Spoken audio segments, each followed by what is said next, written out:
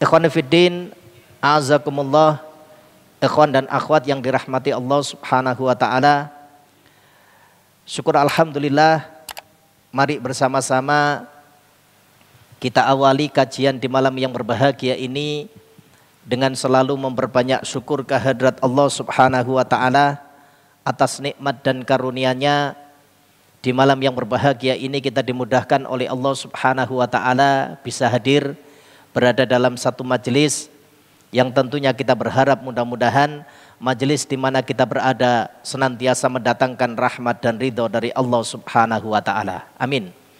Salawat ma'assalam mari pula kita haturkan kepada Nabiullah Muhammad Rasulullah sallallahu alaihi wasallam, kepada keluarga beliau, sahabat-sahabat beliau dan umat beliau ila yaumil qiyamah. Kita berharap mudah-mudahan kita termasuk bagian dari umatnya Rasulullah sallallahu alaihi wasallam yang nantinya bakal mendapatkan syafaat beliau di hari kiamat nanti. Ikhwan fiddin, a'azakumullah, ikhwan wa akhwat yang dirahmati Allah Subhanahu wa taala. Malam hari ini kita akan lanjutkan pembahasan kita di dalam kitab Mausu'ah Al-Manahi Asy-Syar'iyyah fi Shahih Sunnah An-Nabawiyah, yaitu kitab yang membahas berkaitan dengan larangan, ensiklopedi larangan yang ada di dalam syariat berdasarkan sunnah dari Rasulullah sallallahu alaihi wasallam, berdasarkan Al-Quran wa sunnah. Pertemuan yang lalu kita sudah masuk pada bab masalah akidah, yaitu larangan yang kedua, perkara yang dilarang oleh syariat. Insya Allah pada materi yang kedua itu berkaitan dengan sifat kemunafikan beserta tanda-tandanya. Bagaimana dalil-dalil yang bersumber dari Al-Quran wa Sunnah menjelaskan larangan keras terhadap sifat-sifat kemunafikan. Nah, malam hari ini masuk pada larangan yang ketiga, masih di dalam bab masalah akidah atau kitabut tauhid, yaitu larangan yang ketiga disebutkan di dalam kitab Mausu'ah Al-Manahi Asy-Syar'iyyah, sebagaimana yang ditulis oleh Syekh Salim bin Id Al-Hilali rahimahullah ta'ala, bab tentang larangan keras terhadap riya dan ancaman terhadap pelakunya. Jadi babu taghlidhi tahrimir riya wasiddatu uqubatihi, bab yang menjelaskan tentang larangan keras terhadap perbuatan riya, kemudian ancaman yang sangat berat atas pelakunya. Ikhwan fiddin, a'azakumullah, dalam rangka menjelaskan bab ini, Syekh Salim bin Id Al-Hilali rahimahullah ta'ala beliau menukil firman Allah Subhanahu wa ta'ala di dalam surat An-Nisa, surat yang keempat, ayat yang ke-142. Allah Subhanahu wa ta'ala menyebutkan innal munafikina yukhadi'unallaha wa huwa khadi'uhum. Kata Allah Subhanahu wa ta'ala, sesungguhnya orang-orang munafik itu hendak menipu Allah, maka Allah balas tipuan mereka. Jadi pada ayat ini Allah awali sebelum menjelaskan tentang riya atau perbuatan riya, Allah sebutkan keadaan orang-orang munafik. Wa idza qamu ilas sholati qamu kusala. Orang-orang munafik itu apabila mereka berdiri mengerjakan sholat, mereka berdiri dengan malas. Yura'unan nas, mereka itu riya kepada manusia. Ingin dipuji oleh manusia. Dalam beribadahnya Ternyata orang-orang munafik itu mereka melakukan riya, pamer terhadap ibadah yang mereka kerjakan supaya mendapatkan pujian dari manusia. Wala yadhkurunallaha illa qalila, dan tidaklah orang-orang munafik itu mengingat Allah kecuali sangat sedikit. Ikhwan fiddin azakumullah, ya. Pada ayat ini Allah kabarkan kepada kita tentang tanda-tanda orang munafik. Jadi salah satu tanda dari orang-orang munafik itu ketika mereka melakukan satu perbuatan, mereka beribadah, ibadahnya itu tidak ditujukan untuk Allah Subhanahu wa ta'ala. Ya. Maka pada ayat ini pula terkandung makna celaan dari perbuatan riya. Pantas kalau kemudian beliau rahimahullah ta'ala memasukkan ayat ini sebagai dalil berkaitan dengan bab akan larangan, akan haramnya perbuatan riya dan ancaman berat bagi pelakunya. Sebab riya itu merupakan tanda dan perilaku orang-orang munafik. Ini dalil pertama. Maka seyogyanya kita sebagai hamba yang beriman kepada Allah Subhanahu wa ta'ala tentu harus berhati-hati terhadap perkara ini. Kemudian yang kedua, ikhwan fiddin azakumullah. Beliau menukil firman Allah Subhanahu wa ta'ala di dalam surat Al-Baqarah. Surat yang kedua ayatnya 264. Bagaimana Allah Subhanahu wa ta'ala gambarkan kalau seorang itu melakukan riya. Apa kata Allah? Allah Subhanahu wa ta'ala berfirman, ya ayyuhalladzina amanu, hai orang-orang yang beriman, la tubtilu shadaqatikum bil manni wal adha. Kata Allah, janganlah kamu menghilangkan, janganlah kamu membatalkan shadaqatikum, sodakoh yang telah kalian keluarkan. Apakah itu sodakoh wajib atau sodakoh sunnah? Sama saja jamaah sekalian. Ya.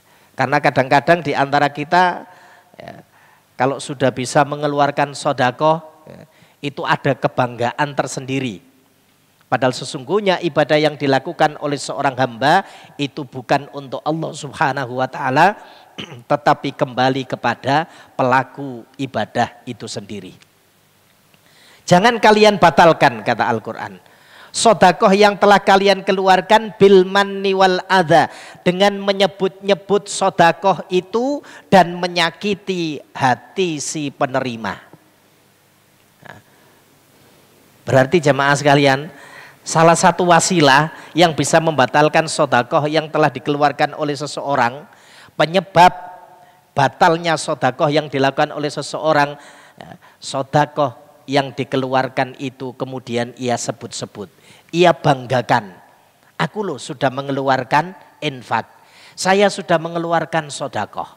Apalagi sampai penyebutan itu menjadikan si penerima itu merasa sakit hati. Nah, apa kata Al-Quran? Kalladzi yunfiqu malahu ria'an nas wa la yu'minu billahi wal yaumil akhir. Perumpamaan orang yang melakukan hal yang demikian ini tadi, mengeluarkan infak dan sodakoh, itu kemudian dia sebut-sebut dan menyakiti orang yang dia beri, si penerima, itu seperti orang yang riak kepada manusia dan tidak beriman kepada Allah dan hari akhir. Luar biasa jamaah sekalian. Ya. Ancamannya begitu besar. Ya. Allah Ta'ala kategorikan orang itu telah berbuat riya. Bahkan dia itu tidak meyakini, tidak mengimani adanya Allah dan hari akhir. Mengapa ini digandengkan? Karena sesungguhnya apa yang dilakukan oleh seorang hamba, apa yang diperbuat oleh seorang hamba, semuanya bakal dimintai pertanggungjawaban oleh Allah. Terekam di pengadilannya Allah Subhanahu wa ta'ala. Sering kami sampaikan bagaimana Allah sebutkan di dalam surat 36, Surat Yasin ayat yang ke-12, inna nahnu nuhyil mauta wa naktubu ma qaddamu wa atharohum. Artinya semuanya terekam. Sungguhnya kami, kata Allah Subhanahu wa taala, yang menghidupkan dan yang mematikan. Wa naktubu ma qaddamu. Kami akan catat, kata Allah. Kami akan tulis, kata Allah. Wa atharohum. Apa yang mereka lakukan dan apa yang mereka perbuat. Bekas-bekasnya juga dicatat oleh Allah Subhanahu wa ta'ala. Orang yang menyebut-nyebut pemberian berupa sodakoh atau infak, itu dianggap oleh Allah Subhanahu wa ta'ala dia tidak mengimani apa yang Allah Subhanahu wa ta'ala terangkan di dalam Al-Quran. Hati-hati jemaah sekalian. Berarti konsekuensinya besar. Ya. Belum lagi bagaimana Allah Subhanahu wa ta'ala sebutkan ya, di dalam surat 17 misalnya. Surat Al-Isra ayat yang ke-36. Allah juga sebutkan. Ya, janganlah kalian melakukan satu perbuatan. Ya, yang kalian melakukan itu tanpa dilandasi dengan ilmu. Inna sam'a wal basara wal fu'ada kullu ulaika kana anhu masula. Semua yang kalian perbuat, apakah pendengaran kalian, apakah penglihatan kalian, atau yang dilakukan oleh hati, semuanya akan dimintai pertanggungjawaban di hadapan Allah Subhanahu wa ta'ala. Ya. Jadi ayat yang kedua ini luar biasa jemaah sekalian. Allah berikan perumpamaan yang demikian. Bagaimana ketika seseorang itu melakukan satu amal, yang amal itu dikategorikan sebagai amal yang riya. Bahkan tidak beriman, tidak mengimani adanya Allah dan hari akhir. Allah sebutkan pada lanjutan ayat. Famasaluhu kamasali sofwanin alaihi turabun fa'asobahu wabilun fatarakahu solda. Perumpamaannya itu seperti batu yang licin. Kemudian di atas batu itu ada tanah. Nah, kita bisa gambarkan jemaah sekalian.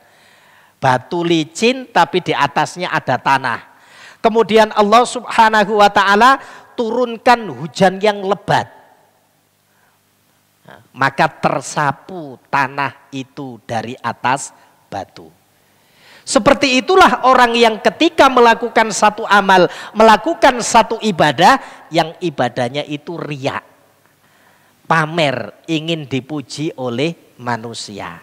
Layaknya seperti tanah, tanah itu diletakkan di atas batu yang licin, kemudian Allah turunkan hujan yang lebat, maka tersapu tanah itu dari atas batu. Apa kata Al-Quran? La yaqdiruna ala say'im mimma kasabu. Orang yang berbuat riya tadi, orang yang beramal tadi tidak berkuasa sedikit pun ala say'in terhadap sesuatu mimma kasabu yang sudah dia usahakan. Sama sekali tidak bisa mengambil manfaat nanti di hadapan Allah Subhanahu wa ta'ala. Wallahu la yahdil qaumal kafirin. Dan Allah Subhanahu wa ta'ala tidak memberikan petunjuk bagi kaum yang kafir.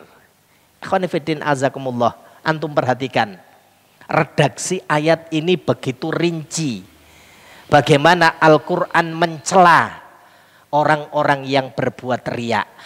Bagaimana akibat amal yang dikerjakan oleh seorang hamba, tapi amal itu karena riya. Nah, ini dalil yang kedua yang dinukil oleh Syekh Salim bin Id Al-Hilali rahimahullah ta'ala. Kemudian dalil yang ketiga, Allah Subhanahu wa ta'ala sebutkan di dalam surat Al-Anfal, ayatnya ayat yang ke-47. Allah Subhanahu wa ta'ala berfirman, wala takunu kalladzina kharaju min diyarihim bataraw wari'an nas wa yasudduna an sabilillah.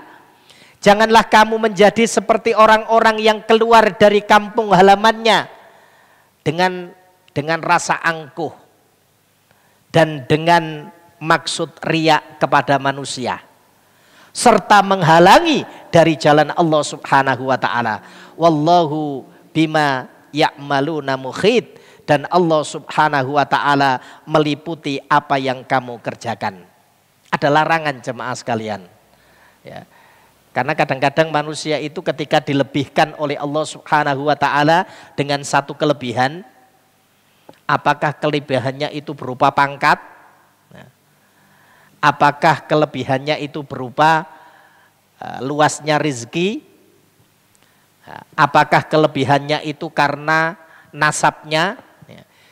Biasanya kalau keluar dari rumah numpak sepeda ini wis beda.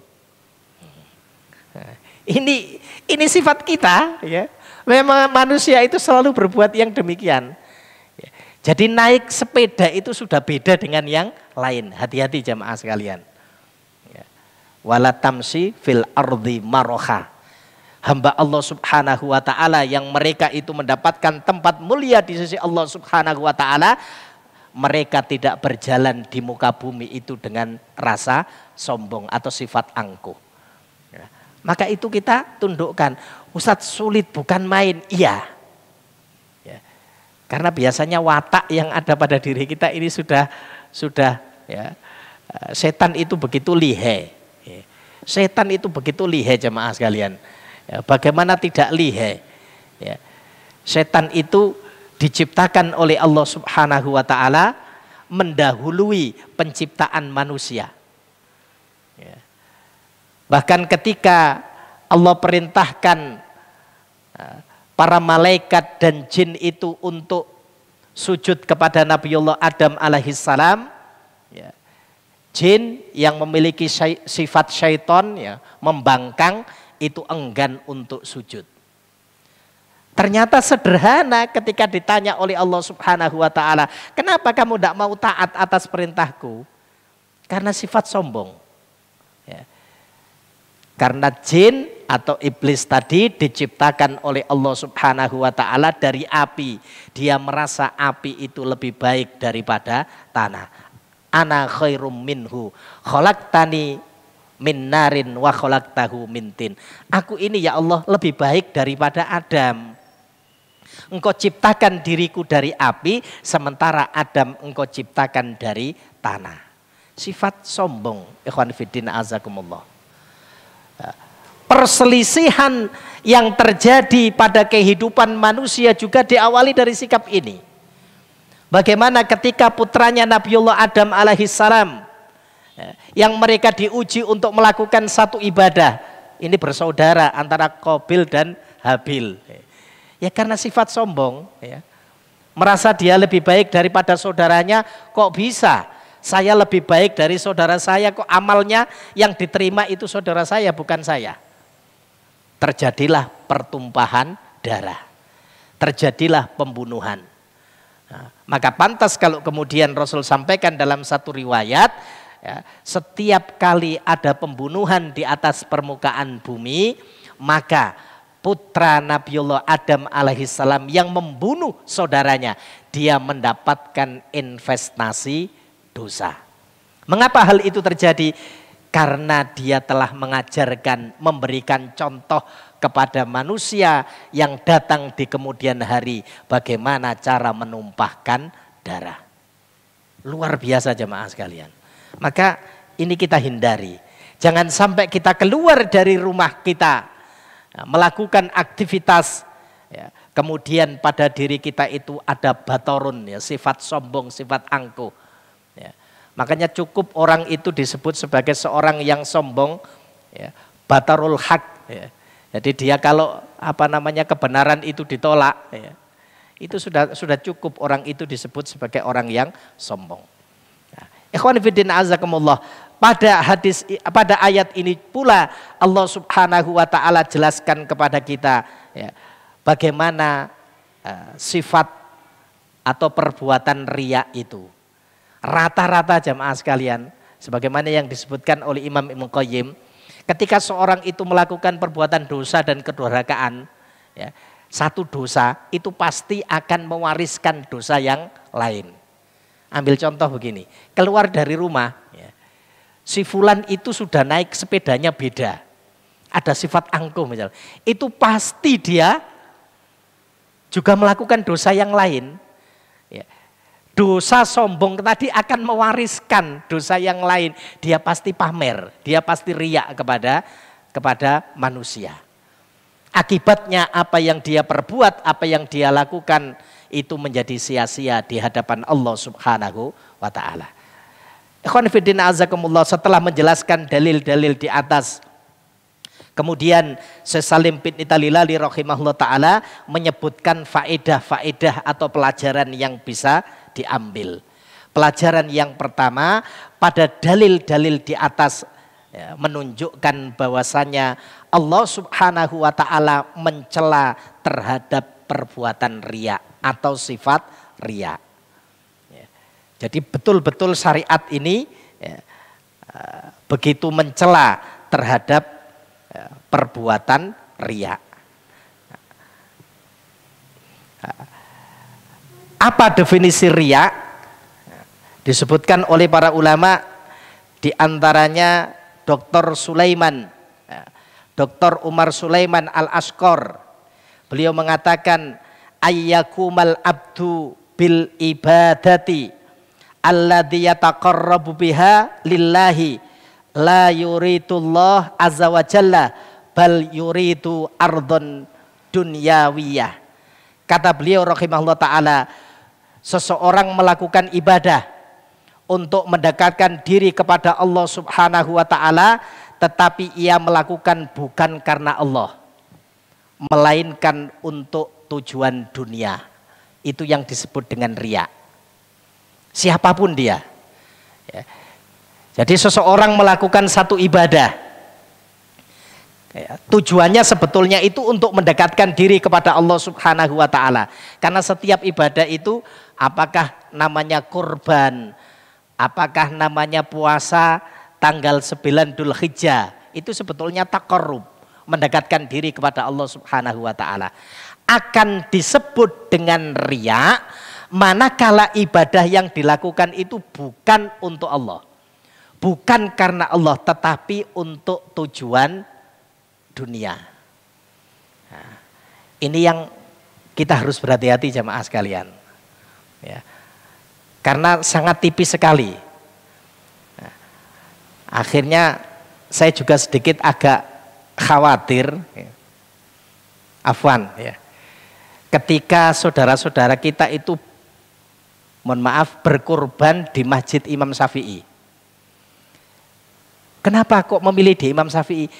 Dapat daging kurbannya banyak, Ustadz. Lah kalau hanya dapat banyak, yo nyembelih sendiri jemaah sekalian. Kan sudah jelas pembagiannya. Ya. Kalau daging kurban itu sepertiga untuk yang berkorban, sepertiga untuk fakir miskin, sepertiga untuk hadiah, termasuk orang-orang kaya. Niatnya berarti keliru. Ya berkorban untuk mendekatkan diri kepada Allah Subhanahu wa ta'ala. Kenapa berpuasa pada tanggal 9 Dzulhijjah? Lah semua orang sudah puasa ya Ustaz, masa kita tidak puasa lah? Keliru jamaah sekalian.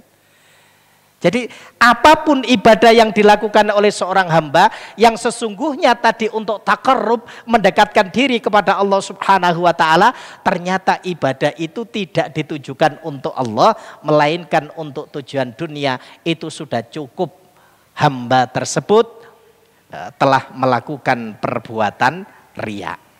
Nah, hati-hati jamaah sekalian. Kemudian disebutkan oleh Imam Al-Qurtubi rahimahullah ta'ala, kata beliau, hakikatur riya tolabun ma fid dunya bil ibadah. Hakikat dari riya itu adalah mencari apa yang ada di dunia dengan ibadah. Ada enggak orang yang mencari sesuatu, ya, itu dengan ibadah? Ya, banyak jemaah sekalian. Ya. Jadi gampangannya itu ibadah bayaran. Jadi dia ibadah, iya. Ya. Tapi ibadahnya tadi ya untuk apa namanya? Untuk dunia. Ya. Wa asluhu tolabul mangzilati fi qulubin nas. Ya. Yang pada asalnya adalah mencari posisi atau tempat di hati manusia. Ya. Jadi orang melakukan sesuatu ini biasanya jemaah sekalian yang seperti ini itu erat kaitannya dengan jabatan. Waduh, masya Allah. Ya. Kalau sudah urusannya dengan supaya naik jabatannya, settingannya itu, wah, ini luar biasa. Biasanya begitu. Tapi tidak menutup kemungkinan ya, setiap orang yang melakukan ibadah ya, mencari apa yang ada di dunia ini dengan ibadah itu terjadi pada siapapun. Maka hati-hati dengan perbuatan riya. Karena tadi Allah Subhanahu wa ta'ala sudah kabarkan kepada kita, riya itu merupakan sifatnya orang-orang munafik, dan riya itu ternyata mampu menjadikan amal yang dikerjakan oleh seorang hamba itu menjadi sia-sia. Kemudian Rasul juga menyebutkan dalam satu riwayat berkaitan dengan riya. Apa kata Rasulullah? Ayyuhan nas ittaqu hadza syirka. Wahai manusia, takutlah kalian akan syirik. Yang dimaksud ini adalah syirik kecil. Fa innahu akhfa min dhanibin namli, karena sesungguhnya syirik itu lebih samar daripada semut yang berjalan, yang merayap. Ini syirik kecil saja lebih samar. Bagaimana dengan syirik besar? Memang samar jemaah sekalian. Antara tauhid dengan syirik itu masya Allah sangat tipis perbedaannya. Ya. Faqala lahu masya Allah ayyakula wa kaifa nattakihi wa huwa akhfa min dhanibin namli ya Rasulullah. Maka para sahabat kemudian bertanya, ya Rasulullah, bagaimana kami menjauhinya sementara syirik itu lebih samar dari semut yang berjalan, dari semut yang merayap. Qala Rasulullah SAW, kemudian Rasul menjawab, berdoalah atau ucapkanlah, Allahumma inna na'udzubika min an nusrika bika say'an na'lamuhu wa nastaghfiruka lima la na'lamu. Kata Rasulullah sallallahu alaihi wasallam, ucapkanlah, berlindunglah kepada Allah, ya Allah, aku berlindung kepadamu ya Allah dari perbuatan syirik yang kami ketahui dan kami memohon ampun kepadamu ya Allah atas dosa-dosa yang tidak kami ketahui. Ya. Jadi saking samarnya jemaah sekalian, maka tempat bergantung kita hanya kepada Allah Subhanahu wa ta'ala. Jangan sampai amal-amal kebaikan, ya, perbuatan-perbuatan baik yang sudah kita kerjakan itu menjadi sia-sia karena perbuatan riya. Dan riya itu termasuk dalam kategori syirik, tapi kategorinya syirik asghar. Nah, ini faedah atau pelajaran yang pertama. Jadi celaan terhadap perbuatan riya. Dan cukuplah tadi seorang itu dikatakan telah melakukan perbuatan riya jika dia mencari apa yang ada di dunia itu dengan ibadah. Maka kita jauhi perkara ini.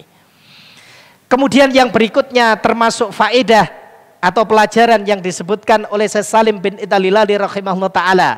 Ya, berkaitan dengan dalil-dalil yang telah beliau sebutkan. Perintah kepada kita, hamba-hamba yang beriman kepada Allah Subhanahu wa ta'ala, agar berhati-hati dari perbuatan riya. Ya. Ya. Jadi berhati-hati lebih baik jemaah sekalian. Oh, jangan-jangan nanti ini perbuatan riya. Tetapi jangan kemudian karena sifat hati-hati ini, wis saya enggak beribadah wis. Kenapa kok enggak beribadah? Takut riya. Ini juga salah jemaah sekalian. Ya. Jadi perintahnya berhati-hati bukan berarti kemudian juga meninggalkan ibadah. Ya.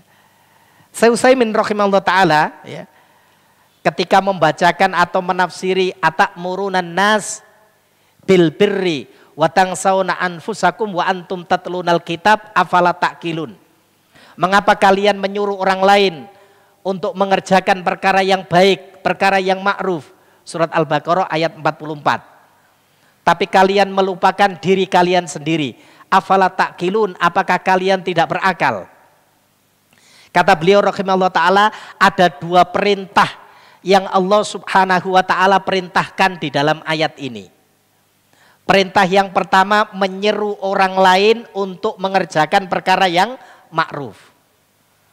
Perintah yang kedua adalah menjalankan perkara yang ma'ruf itu.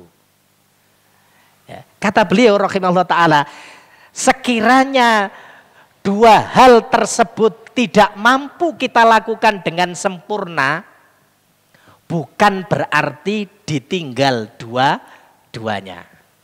Ya. Karena sekarang alasan ini menjadi ngetren jemaah sekalian. Ya.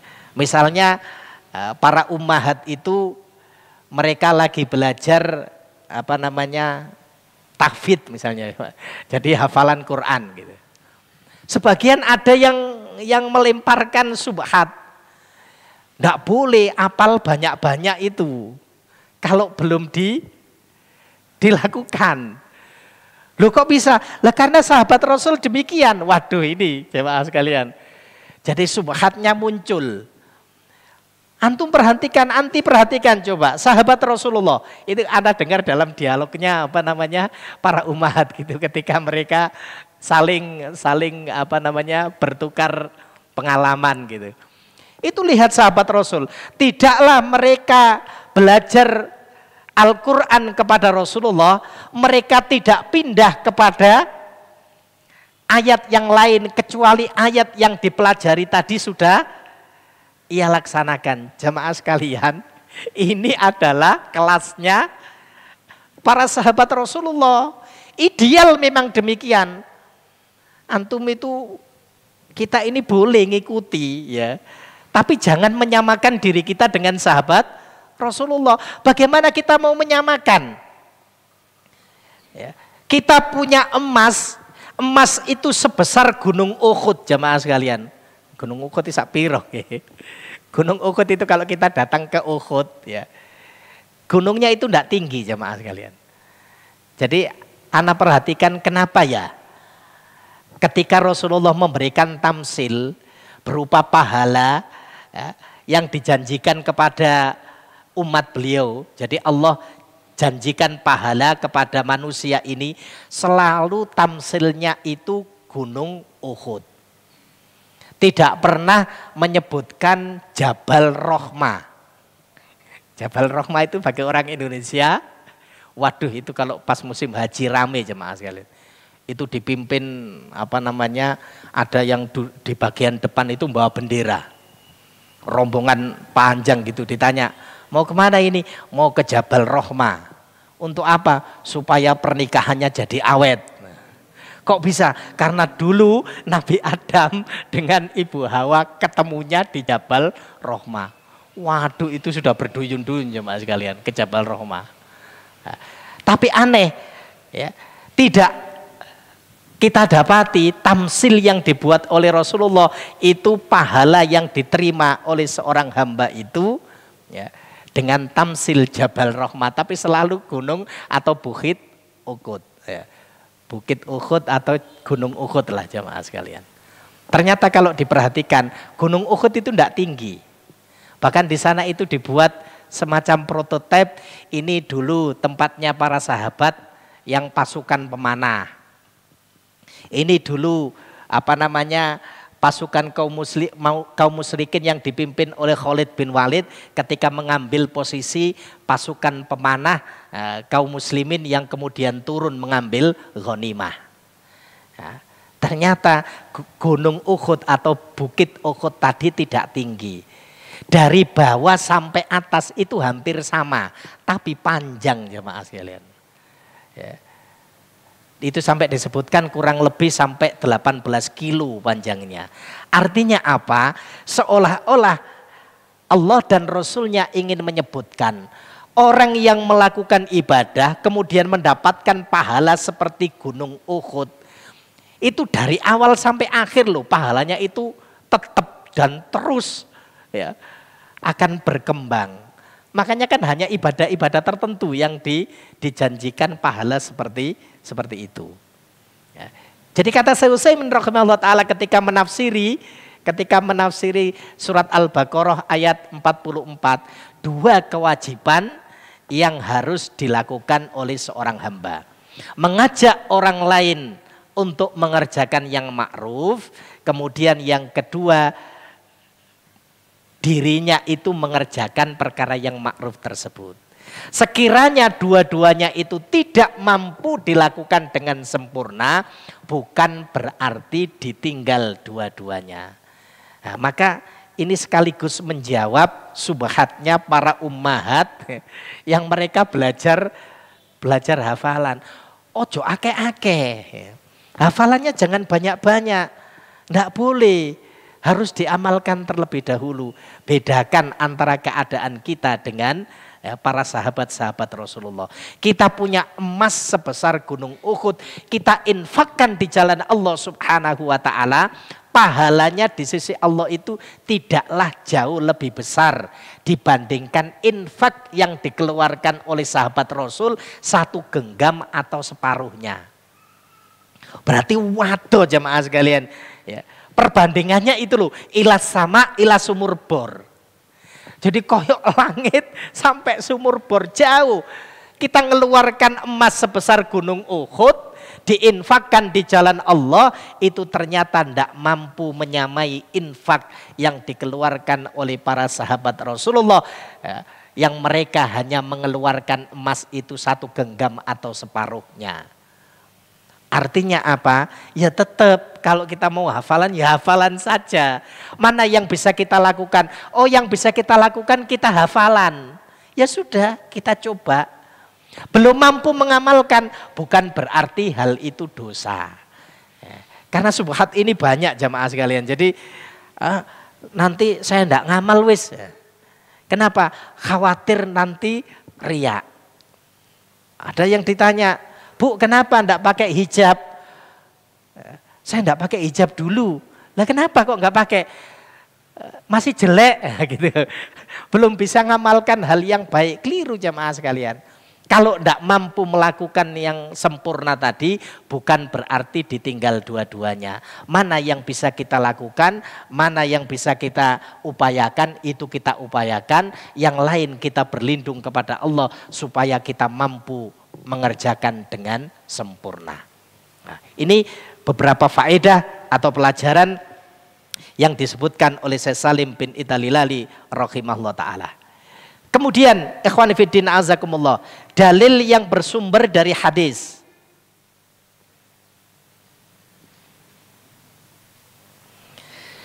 Hadis yang pertama, beliau nukil hadis yang diriwayatkan oleh Ibnu Khuzaimah. Bersumber dari sahabat Mahmud bin Labid radhiyallahu anhu qala. Dia berkata, qala Rasulullah sallallahu alaihi wasallam, ayyuhan nas, wahai manusia, iyyakum wasirkas sarair. Ya. Jauhilah oleh kalian syirik yang tersembunyi. Nah, maka para sahabat bertanya, ya Rasulullah, wa ma sirkus sarair, apa yang Anda maksud dengan syirik yang tersembunyi? Qala, Rasul kemudian bersabda, yakumur rajul fayusalli fayuzayyinu salatahu jahilan lima yaro min nadhorin nas ilaihi fadzalika syirkus sarair. Yang dimaksud dengan syirik yang tersembunyi adalah seseorang yang mengerjakan sholat karena jahilnya. Kemudian sholat itu dia baguskan karena sebab diketahui oleh manusia. Asalnya sholat sendiri jemaah sekalian. Sholat sendiri, biasa dia sholatnya. Kemudian datang diketahui oleh banyak orang, loh lagi ada orang sholat. Gitu. Sholatnya dibaguskan.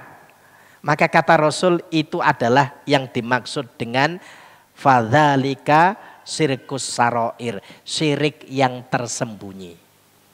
Ya. Kerasa ndak orang yang melakukan jamaah sekalian? Ndak kerasa. Ya.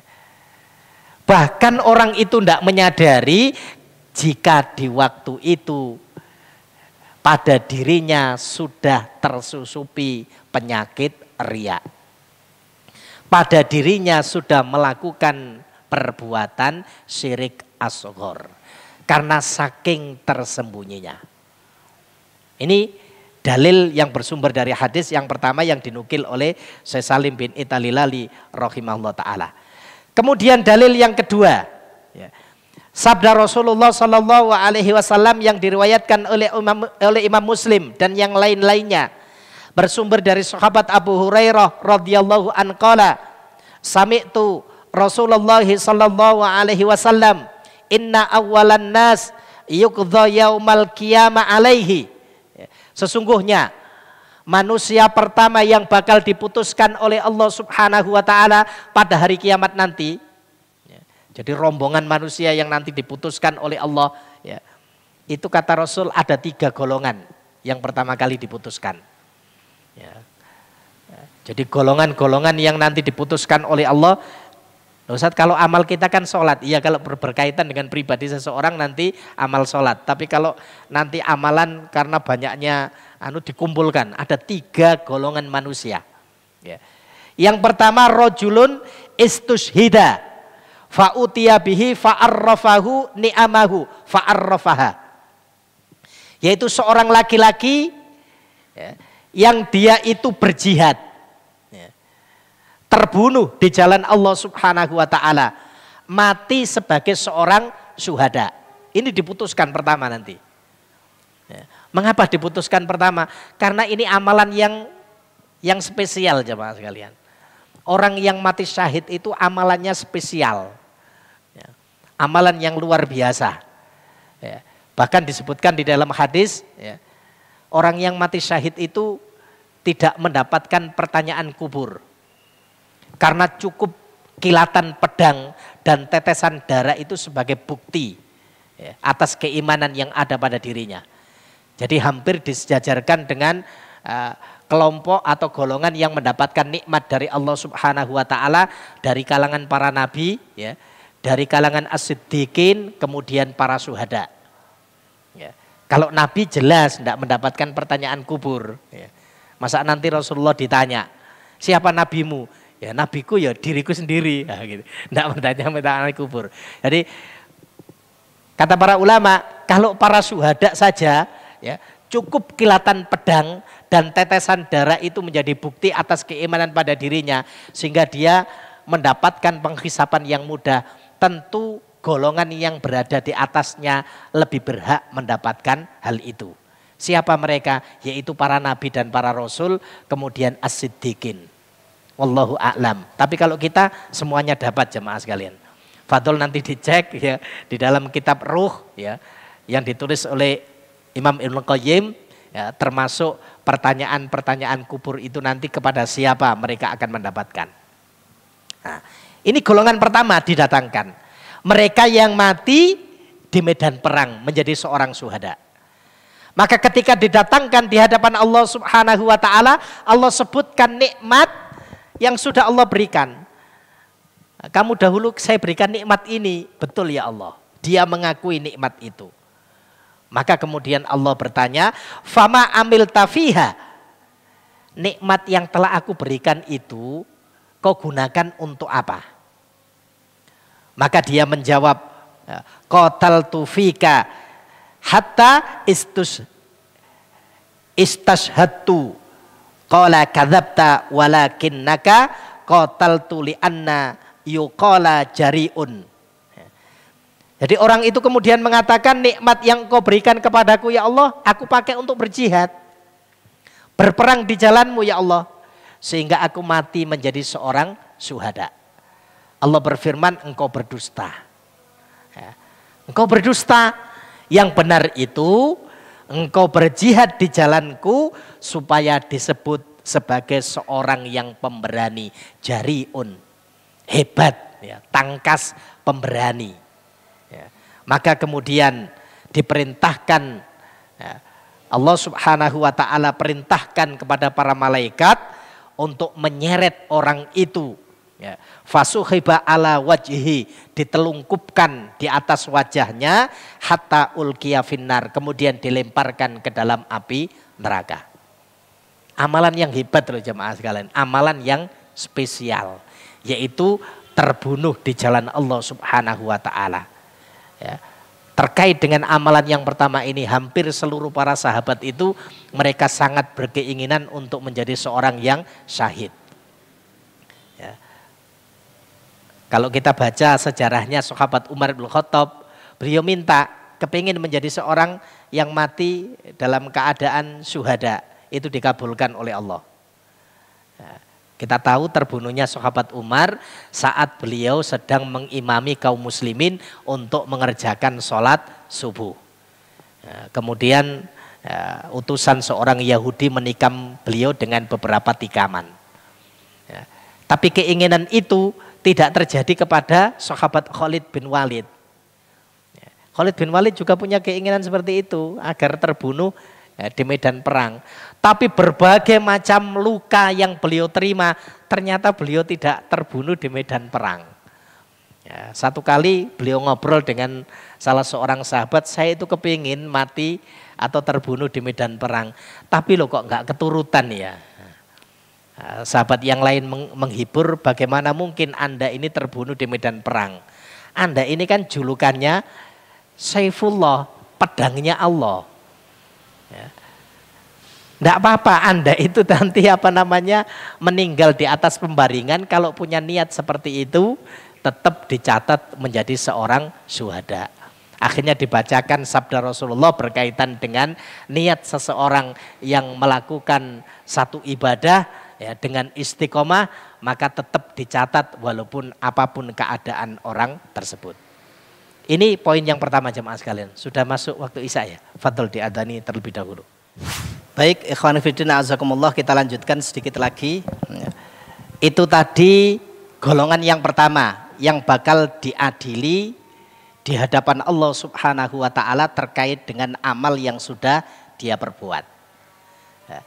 Amal yang spesial tadi jamaah sekalian ternyata tidak berguna di hadapan Allah Subhanahu wa ta'ala. Kemudian golongan yang kedua, warajulun ta'allamal ilma wa 'allamahu wa qara'atul Qur'an. Seorang laki-laki yang belajar dan mengajarkan, ya, belajar dan mengajarkan, ya, ilmu, ya, kepada manusia, ya, serta orang yang membaca Al-Qur'an, ini jadi satu, ya. Karena biasanya orang yang gemar untuk belajar din ini, ya, mereka juga memanfaatkan waktu-waktunya untuk membaca Al-Quran, Al-Quranul Karim. Amalan yang spesial juga, karena memang orang yang belajar atau mengajarkan ilmu itu digambarkan oleh Rasul seolah-olah orang itu berjalan pada satu jalan yang menuju ke surga, berarti luar biasa. Membaca Al-Quran juga demikian. Orang yang membaca Al-Quran begitu besar pahala yang Allah janjikan. Saking besarnya sampai Rasul sebutkan setiap huruf yang dia baca itu satu kebaikan. Maka setelah orang itu didatangkan di hadapan Allah Subhanahu wa ta'ala, fa'utiya bihi fa'arrafahu ni'amahu. Allah sebutkan nikmat-nikmat yang sudah Allah berikan kepadanya, fa'arrafaha, dia pun mengakui nikmat tersebut. Maka kemudian Allah bertanya, fama amil tafiha, kau gunakan untuk apa nikmat yang telah aku berikan kepadamu? Hamba tadi kemudian menjawab ta'allamtul ilma wa 'allamahu. Nikmat yang kau berikan kepadaku ya Allah, aku pakai untuk belajar dan mengajarkan ilmu kepada orang lain. Malam hari aku gunakan untuk membaca Al-Quran. Amalan yang begitu spesial, ya, yang ada, ya, di dalam syariat ini. Tapi apa yang kemudian Allah firmankan? Kadzabta, engkau berdusta. Walakinnaka, akan tetapi yang benar, ta'allamtal ilma, ya, engkau belajar ilmu atau mengajarkan ilmu kepada orang lain, liyuqal alimun, supaya disebut sebagai seorang yang alim. Oh itu loh ada orang pinter gitu. Jadi hanya sekedar mendapatkan pengakuan, ya, jati diri sebagai seorang alim. Dan ini adalah subhat yang ditebarkan oleh setan laknatullah bagi setiap mubalik, bagi setiap dai. Apalagi sampai kemudian nanti dai itu terkenal sampai seantero negeri. Wah, Masya Allah, itu menjaga dari sifat riya itu beratnya bukan main, jemaah sekalian. Ya. Dan hari ini banyak kita dapati kondisi seperti itu. Ya. Jadi mereka akan siap untuk disanjung, ya, oleh manusia, dieluk-elukkan oleh manusia, dipuji oleh manusia, tapi ketika mendapatkan kritik, ya, mendapatkan dari hasil perilaku yang dia lakukan, tidak siap jemaah sekalian. Jadi depresi, stres, ya, berarti bebannya lebih besar, ya, daripada penampang yang ada pada dirinya. Ya. Jadi kalau nggak mau stres ya beban itu dikurangi. Ya. Kata Imam Syafi'i rahimahullah ta'ala, kalau kita sedang beribadah kepada Allah, ya, bermunajat kepada Allah subhanahu wa ta'ala, apa yang kita miliki di dunia itu letakkan. Jangan dipegang di dalam, jangan kita pegang apalagi dimasukkan dalam hati. Ya. Nanti akan menjadi beban bagi kita, letakkan sudah. Ya. Jadi bebannya dikurangi dengan sendirinya. Ya. Nanti Allah akan jaga harta kita. Allah akan jaga apa yang kita miliki. Wa qara'atal Qur'an, adapun engkau ketika membaca Al-Qur'an, liyuqal huwa qari, supaya engkau disebut sebagai seorang yang ahli membaca Al-Qur'an. Ikhwan fiddin azakumullah, kasus orang yang kedua ini, ya, keadaannya sama seperti orang yang pertama. Dia pun ditelungkupkan di atas wajahnya hatta ulqiya finnar, kemudian dilemparkan ke dalam api neraka. Sudah 2 amal loh jamaah sekalian. Sia-sia gara-gara perbuatan riya. Hanya sekedar ingin mencari popularitas atau eksistensi pada dirinya. Sia-sia.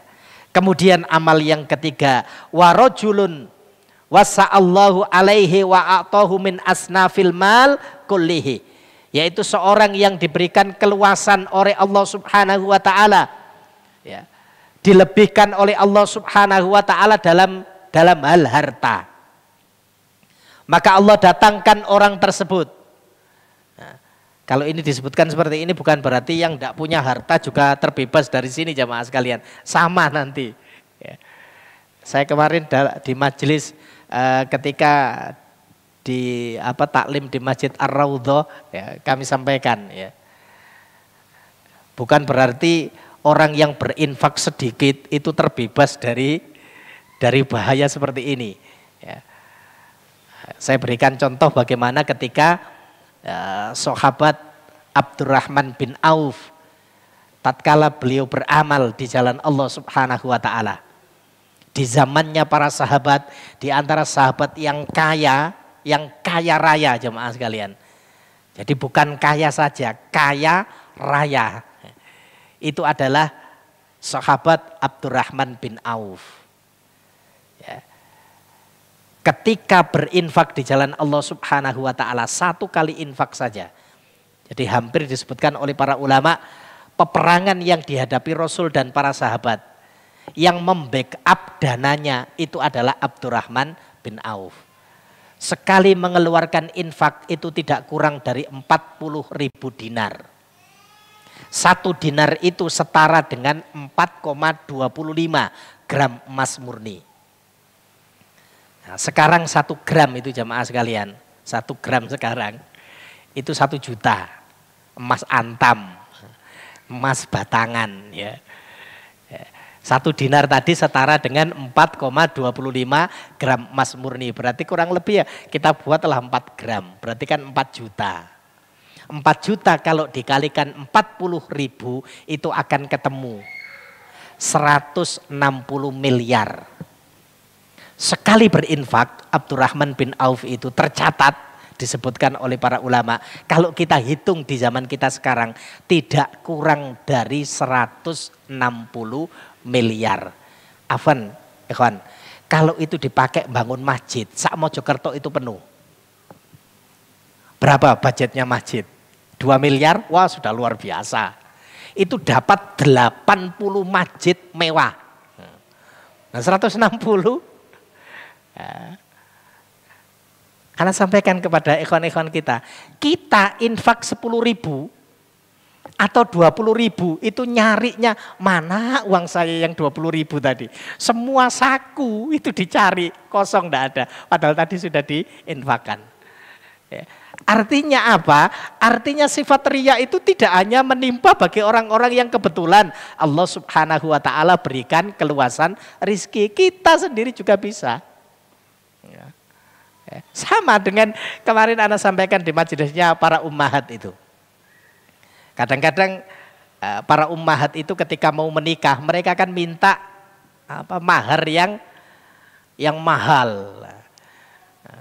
Saya mau Ustadz kalau dinikahi, berapa maharnya?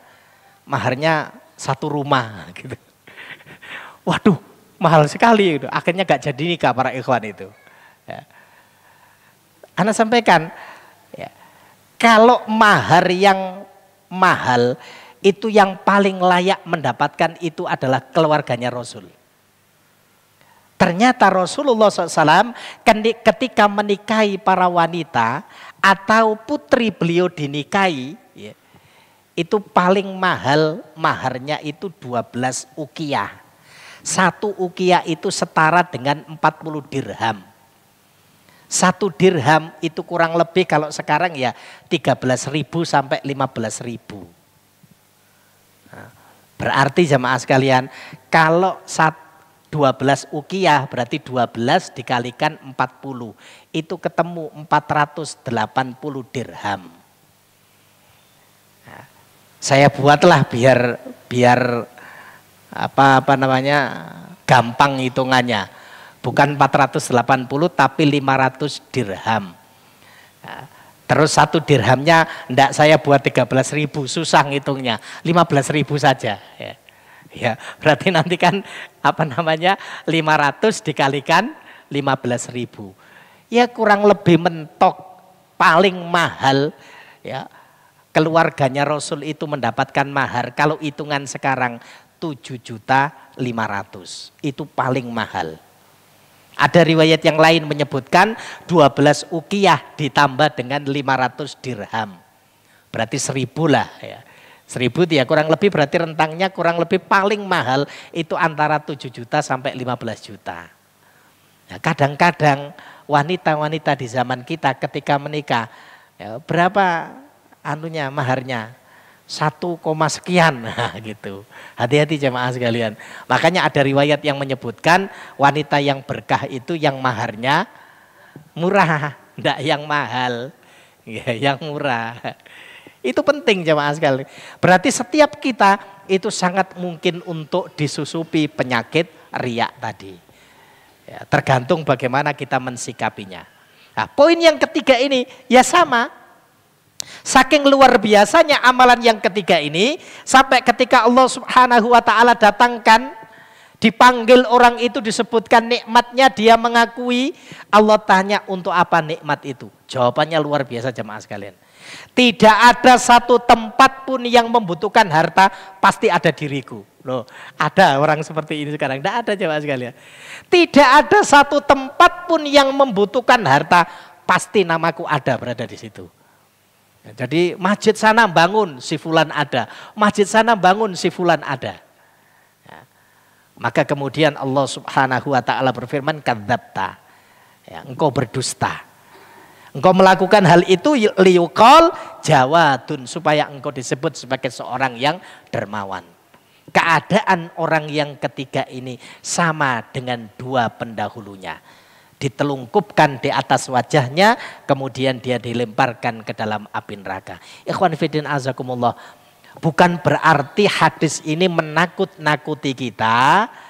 Lah daripada saya riak, mending saya ndak amal, podo jamaah sekalian.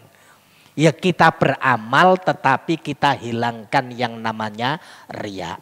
Insya Allah amal itu akan menjadi amal yang berguna ya di sisi Allah Subhanahu wa taala. Karena tidaklah derajat seorang hamba itu ditinggikan oleh Allah Subhanahu wa taala di surga melainkan karena hamba itu senantiasa tunduk dan patuh dengan mengerjakan amal soleh yang Allah dan Rasulnya perintahkan.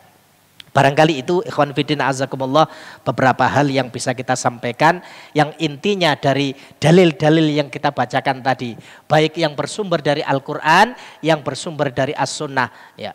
Di situ ada ungkapan betapa larangan untuk melakukan perbuatan riya dan hukuman yang berat atas pelakunya. Kita jaga amal kita berhati-hati dengan pengetahuan seperti ini insya Allah ya. Kita akan berhati-hati terhadap setiap apa yang kita perbuat. Itu ikhwan fillah azakumullah yang bisa kita sampaikan, mudah-mudahan apa yang kita sampaikan bermanfaat. Kita akhiri kajian pada malam hari ini dengan doa kafaratul majlis. Subhanaka Allahumma wa bihamdika asyhadu an la ilaha illa anta astaghfiruka wa atubu ilaik wa akhiru da'wana anil hamdulillahi rabbil alamin. Billahi taufiq wal hidayah. Assalamualaikum warahmatullahi wabarakatuh.